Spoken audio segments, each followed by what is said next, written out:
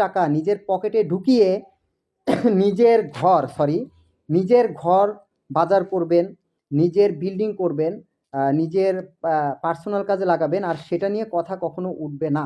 এটা কখনোই ভেবেন না যে ক্রিয়াঙ্গনের টাকা, কোমলমতি শিশুদের জীবন গঠনের টাকা মেরে দিয়ে আপনারা পার পেয়ে যাবেন, আর আমরা দেশের লোক কিংবা নিয়োগপ্রাপ্ত সহপ্রশাসনিক কর্মকর্তা হয়েও চুপ থাকবো, এটা কখনোই ভেবেন না।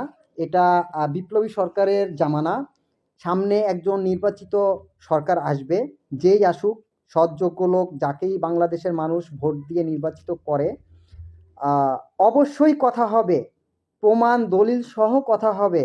কিন্তু এই যে পিছন থেকে টেনে ধরেন, এই যে হামলা করেন, এই যে বিভিন্ন রকমের কথা বলেন, কমেন্টস করেন, মিথ্যা কথা বলে আমার